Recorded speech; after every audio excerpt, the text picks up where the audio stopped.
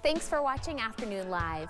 It's hard to be content when you don't feel happy. Here to share ways to shift our perspective, we welcome back the author of the 50-50 Friendship Flow, life coach Shari Leid. It's great to see you. Welcome back. Thank you. Well, it's beautiful here in Portland today. Yes. Gorgeous. I know. It's a good time to kind of appreciate that part of nature that can help us find some happiness too. Absolutely. Good day to walk outside. There you go. You have a lot of tips to help us kind of get back on that happiness train, beginning with our own self, embracing your self-worth. Yes, like anything else, it starts with a foundation, right? A good foundation. And for happiness, it's self-worth. And self-worth is something that comes from inside. It's not, what we've done, what we've accomplished, or what we've acquired, or even what we've lost. And what I like to tell people, because sometimes when we're thinking about self-worth, it's the things where we feel like we're not up to par that kind of chip away at that. Sure.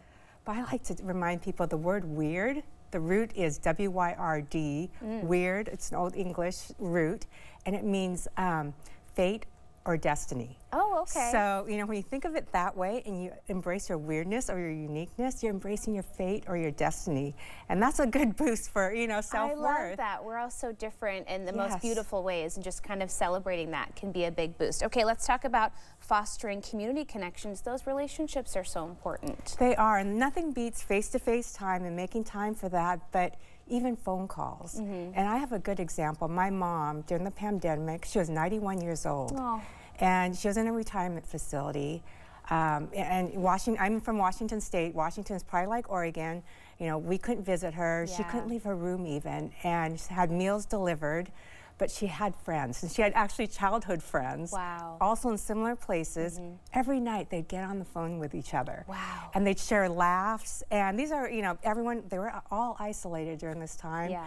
I guarantee that helped her happiness. For sure, and I bet it boosted her health too. We know all those things are so connected. How about movement and joyful expression? Well, have you ever tried dancing angrily?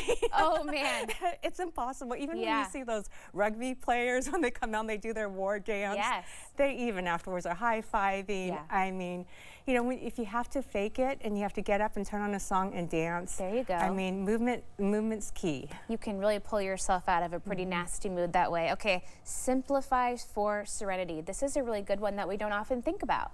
Yeah, I used to say when my kids were little and people would come into my car, I would say, if it's messy, I'm like, okay, my car represents my life right now. Yes. But it's amazing when you make your space the way you want to feel, it's amazing how much peace that can bring you, and happiness. For sure, and one less thing to kind of check off your to-do list when you've got a clean slate to begin with. How about using your curiosity? Just keep learning in life. That's such a beautiful thing too. I think it is, especially this year. Okay, we're in an election year. Yes. So we're going to come across people who may not agree the same way, to the same things we do.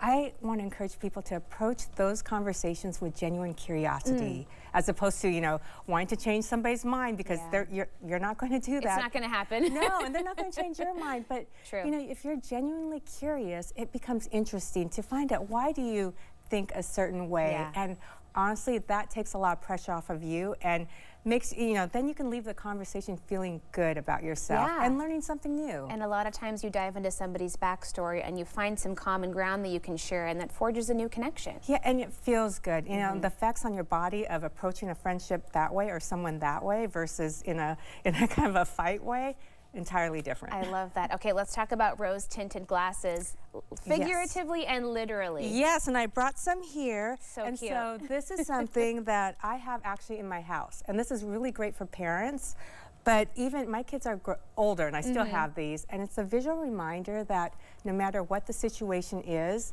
you can see that situation in a number of different ways. Sure.